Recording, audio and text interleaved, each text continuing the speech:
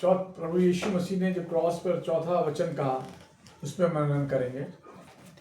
हम पढ़ेंगे मरकुस 15 बाब उसकी 34वीं आयत। हे मेरे परमेश्वर तूने मुझे क्यों छोड़ दिया। जी, जब यीशु मसीह सलीब पर गोलगत्ता पहाड़ के ऊपर थे तो हम देखते हैं यीशु मसीह आसमान और जमीन के बीचों बीच एक तरीके से लटके हुए थे। तो प्रभु यीशु को लगा कि मैं अकेला हूं। क्यों? क्योंकि उनके चेले जो है छोड़ के चले गए थे, सिर्फ एक चेला रह गया था और उनकी माता जी और कुछ स्त्रियां जो उनके साथ आई थी। तो यीशु मसीह को एहसास हुआ किस चीज़ का? अकेलेपन का। यीशु ने पूरी दुनिया के पापों का दर्द और बोझ महसूस किया उस टाइम कि अकेलेपन का क्या दर्द होता है। क्रॉस पर उन्होंने महसूस किया। जब कोई किसी को छोड़ देता है, बच्चे माँ बाप को छोड़ देते हैं, पति पत्नी आपस में अलग हो जाते हैं, तो उस समय क्या दर्द होता है। जब कोई बीमार होता है तो उस समय क्या पीड़ा होती है। जो फाइनेंस नहीं होता तो क्या पीड़ा होती है। बच्चे बीमार होते हैं तो माँ बाप के ऊपर क्या पीड़ा बीतती है। पिता ने मोक्ष के लिए, साल्वेशन के लिए अपने बेटे को इस दुनिया में देखा और क्रूस पर जब वो अपने पिता से याचना कर रहे थे, ये पिता मेरे को क्यों छोड़ दिया, तो उन्होंने अपना मुंह मोड़ लिया था। क्यों मोड़ लिया था? हम देखते हैं कि एक बार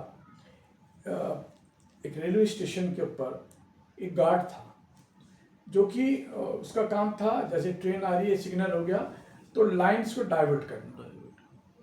तो उसका एक छोटा बेटा था 5-6 साल का और वो सड़क पर जो है वो रेल की पटरी पे जो है वो खेल रहा था।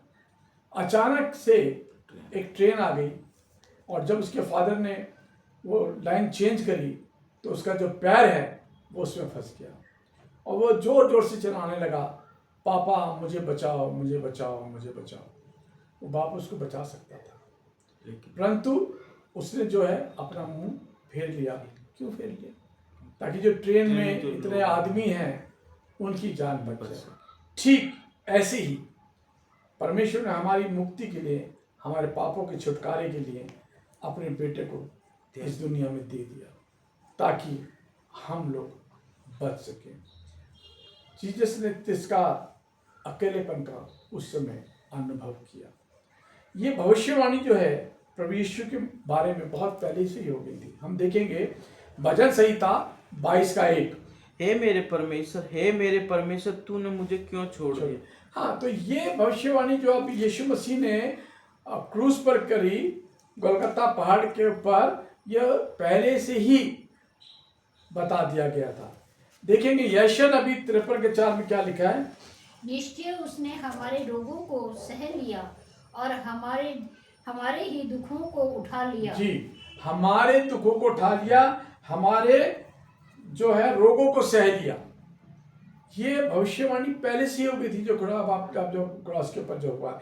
और हम देखेंगे नए नियम में भी जो है क्या लिखता है 1 तीमुथियुस उसका 2 बाब उसकी 5वीं आयत में कि परमेश्वर और मनुष्य के बीच में भी एक ही बिचवाई अर्थात मीडिएटर है और उसका नाम है यीशु मसीह। हम जो भी कुछ अपनी याचनाएं, प्रार्थनाएं परमेश्वर से करते हैं तो हमारी प्रार्थनाओं को परमेश्वर तक पहुंचाने के लिए हमारे एक मीडिएटर वहाँ पे मौजूद है, यीशु मसीह। उसी के माध्यम से हम अपनी प्रार्थनाएं पहुंचा सकते हैं, क्योंकि ईश्वर के बीच का वो यीशु मसीह क्या बने, क्रूस पर बलिदान देने के बाद माध्यम बने और वो मुक्ति, साल्वेशन के लिए ये सब कुछ हो।